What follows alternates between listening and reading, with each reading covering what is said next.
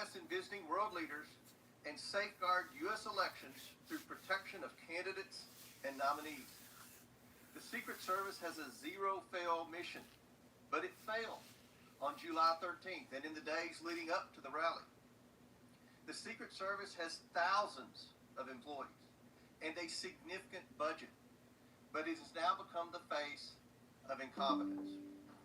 The committee has a long track record of providing oversight of the Secret Service. Our predecessors, both Jason Chaffetz and Elijah Cummings, among others, worked together to issue warnings and recommendations to address obvious shortcomings in the agency's makeup and operations.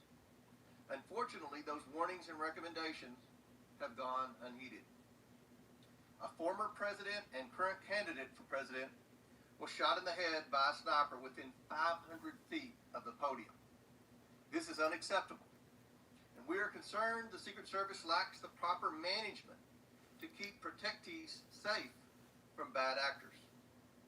Americans demand answers, but they have not been getting them from the Secret Service. We are instead learning about new facts about the events surrounding the attempted assassination. I'm trying to figure out if this is live. What do you guys think? Americans demand accountability, but no one is yet to be fired. Nobody can tell. Even in the chat, people are like, is this live? Secret Service Director Kimberly CHEATLE is here under subpoena to answer questions about how the agency failed President Trump and the victims who attended the rally in Butler, Pennsylvania. It is my firm belief, Director I don't know. Would she be back? However, in complete defiance, Director CHEATLE has maintained she will not tender her resignation. Therefore, she will answer questions today from members of this committee seeking to provide clarity to the American people about how these events were allowed to transpire. We will ask these questions because the Secret Service and its parent agency, the Department of Homeland Security, have been unwilling to provide answers to the American people. DHS has sought to push this hearing to a different time. Secret Service has suggested the hearing occur without media present. I think you're right, Marita. These hearings are a waste of time. It's not live. Okay. Well, well, well. Indeed, DHS and Secret Service's lack of communication with the Oversight Committee. Oh, so tired of this. You know what? All right, well, thank you. So here we are living in this alternate reality. I'm gonna get my camera on a little, okay, craziness. Anyway, I feel like we are living in an alternate reality. We all know that they meant to kill Trump. And when I say they, I mean everybody who was or wasn't involved in Trump's assassination. Everyone from the shooter on to the police, to the Secret Service, to all of the people who were supposed to, okay, thank you, Vicky. All the people who were supposed to be protecting President Trump and everybody at the rally. I don't think they just dropped the ball. I think they did it on purpose. I think that a new timeline was ushered in.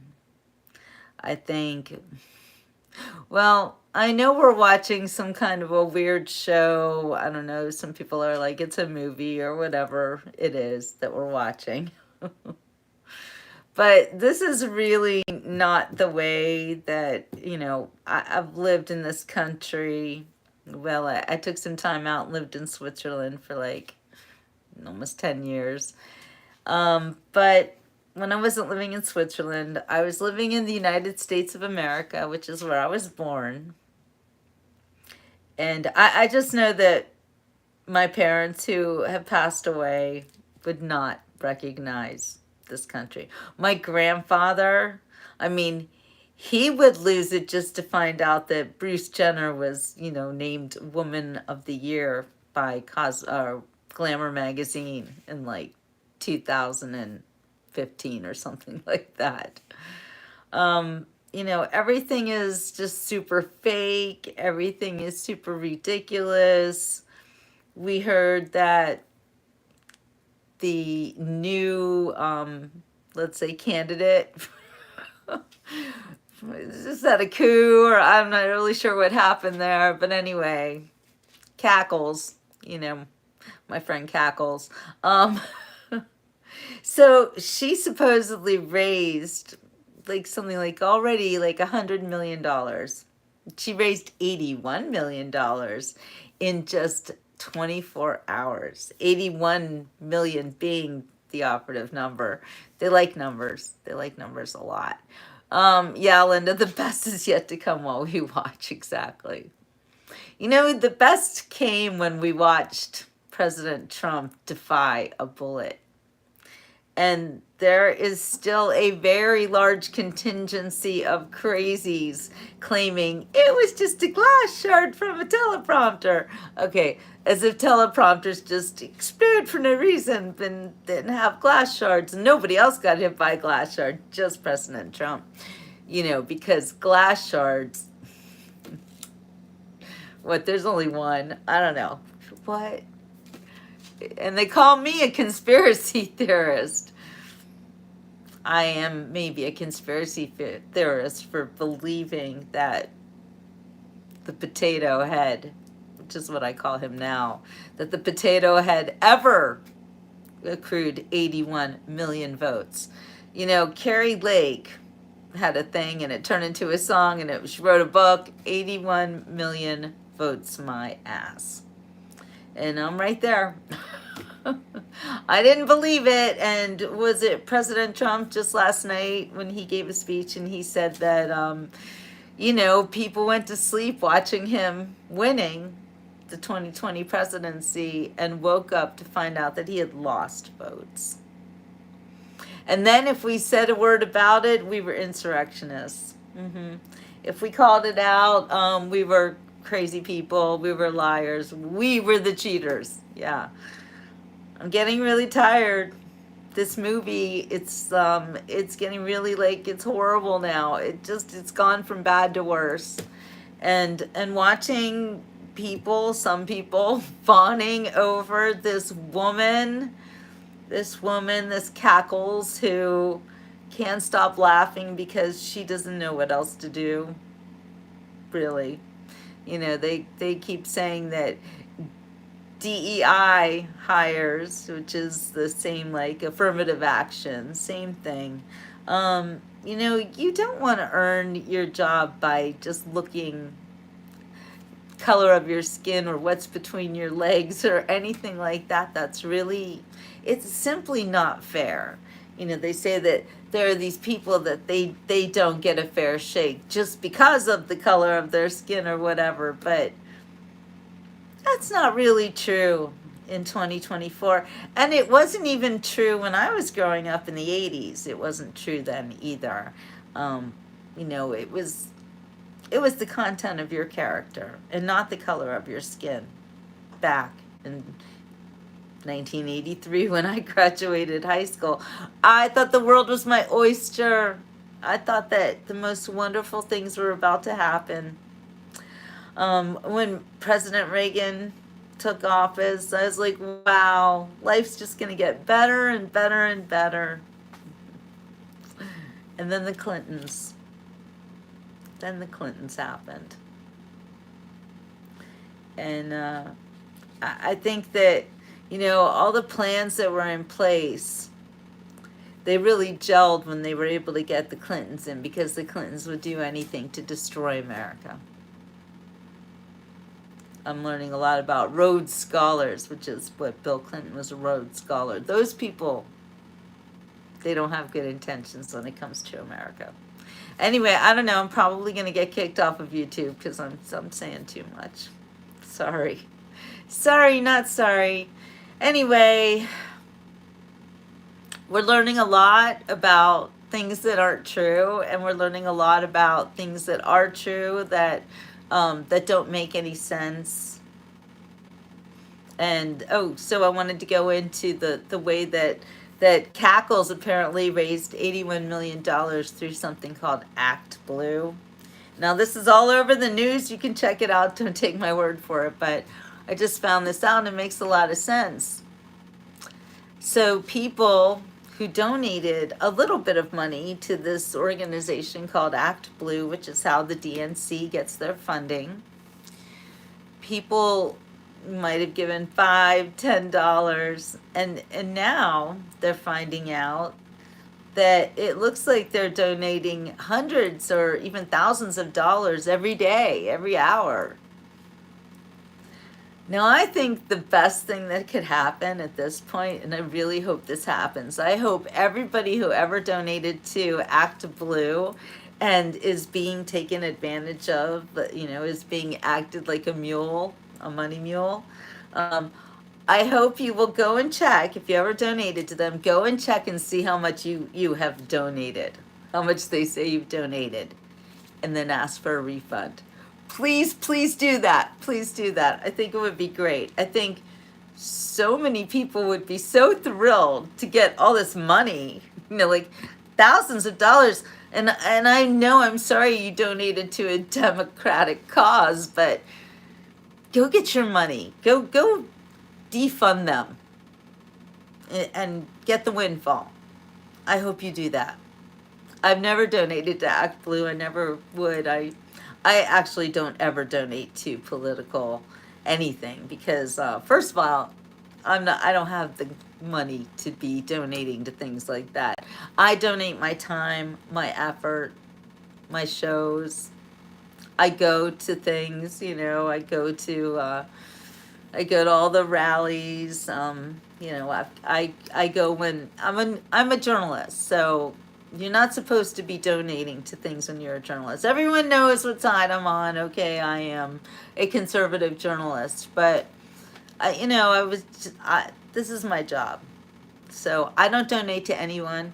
I don't join any groups. I'm not part of any groups or anything, but I am on the right side of history, and I am a conservative journalist. You would look at me and you would think, she's a journalist. Oh, she's Jewish. Oh, she must be a liberal. I've never been a liberal. And I actually left this country when I felt that bad things were happening. And I moved to Switzerland. I did it on purpose. I don't let my life run me. I run my life. And I do what I want. And I live where I want to live. And I want to live in the United States. This is the future home of my future grandchildren. But I feel that, we have to do something. And we have to do it fast. Because what we're watching the Democrats do is as anti-American as it gets. It's pretty much everything that they say that Trump's going to do, they're doing it, right? Am I right? It's like all of it. Jailing their opponents or trying to, jailing them. I mean, Peter Navarro just got out of jail. Did he belong in jail? All the political prisoners from J6.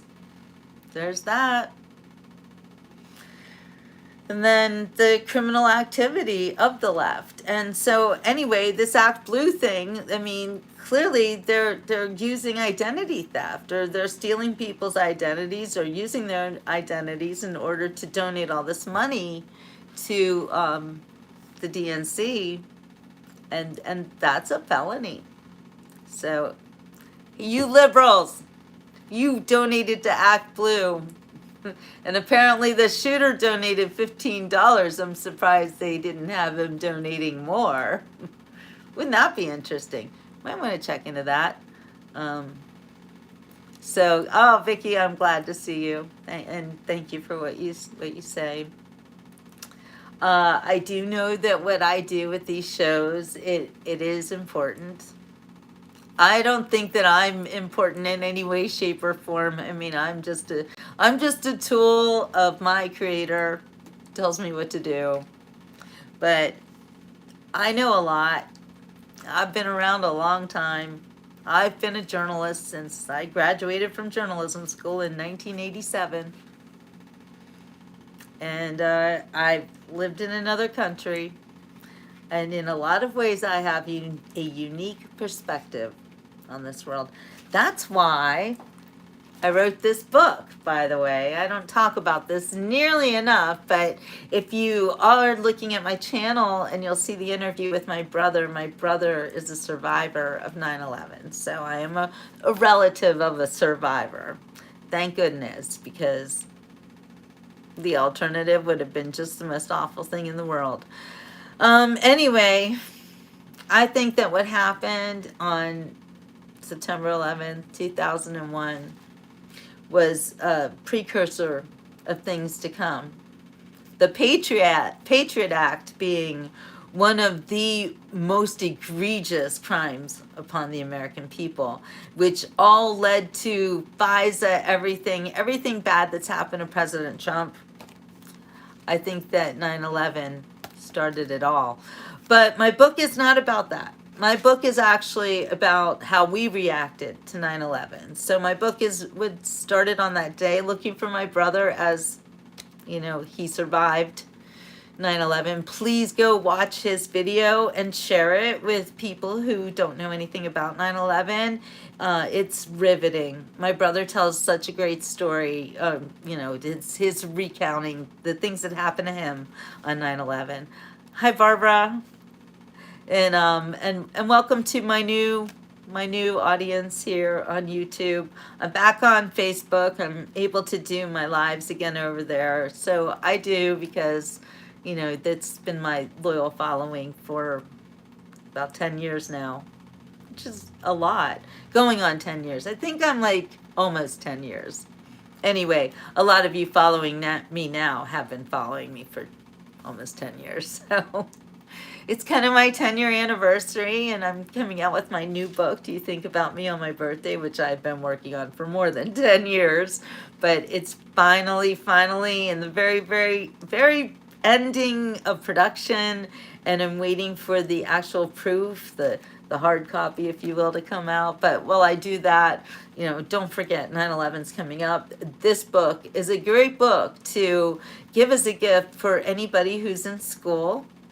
And I say middle school is the best time to introduce a book like this, because a lot of the stories in here are about kids and how they dealt with 9/11. So I can read you a quick excerpt if you'd like. I know you're not going to say no, because you never do. Just quick.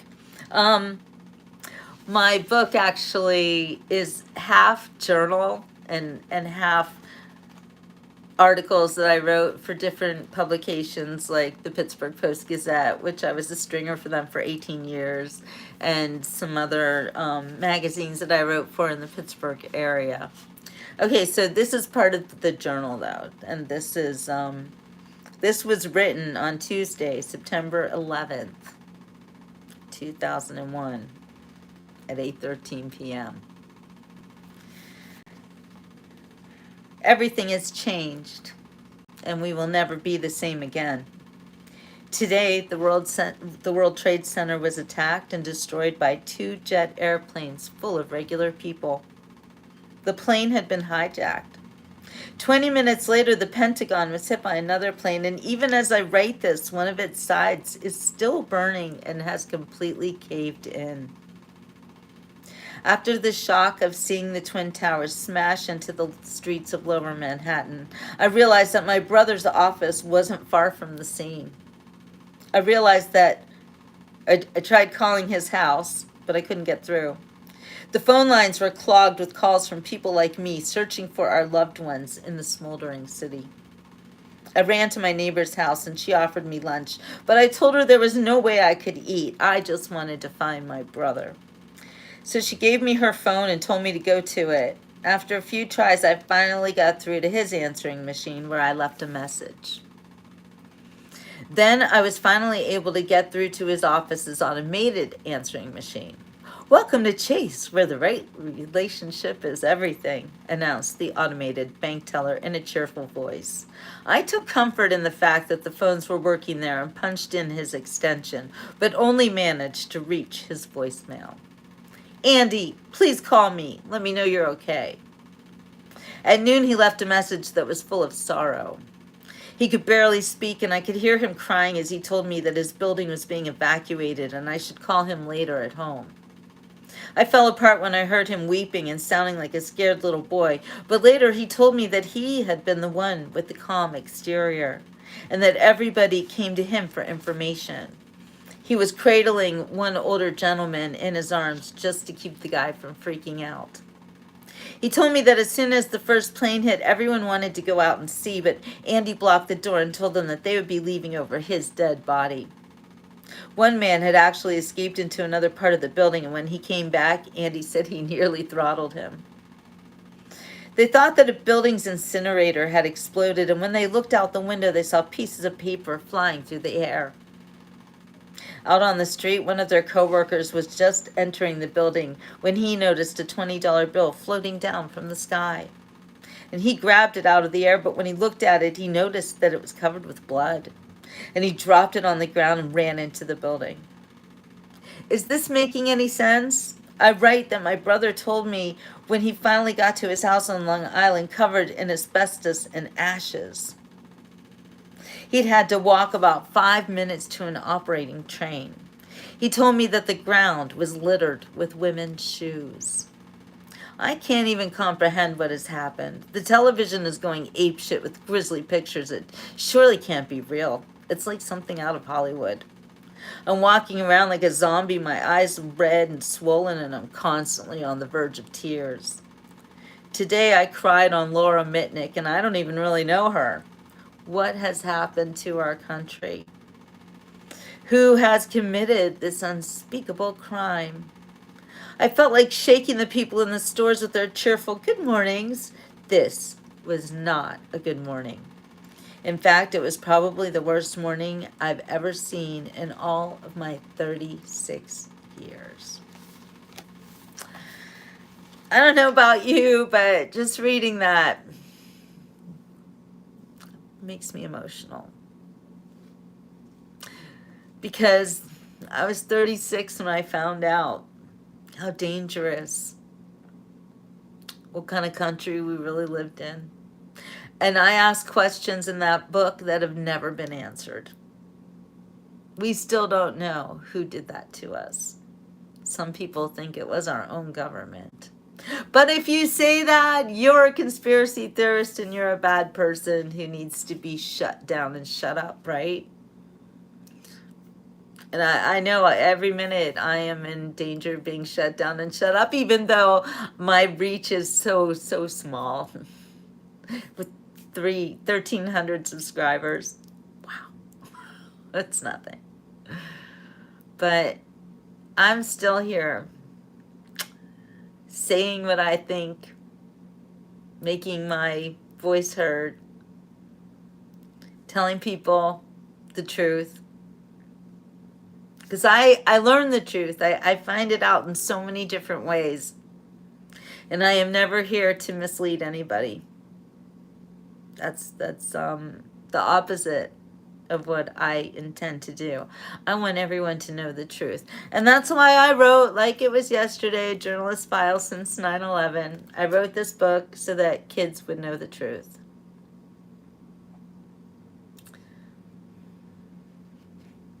You know, and not the truth as in what really happened and why. No one still knows that, but the truth as in what happened to our country right after that. What happened to the kids in school who saw this happen, maybe in school on their TV, their teacher showed them. My daughter's teacher, she was in 3rd grade, did not show them. But of course, they all saw it later. All the kids saw it. And whether they knew what was happening or not, they knew that the adults were upset. We, the parents, the young parents, our parents, it was shocking. And both of my parents were still alive then. And we were destroyed. And if I'd lost my brother on that day, I can't even imagine what 9/11 would be like for my family at this point.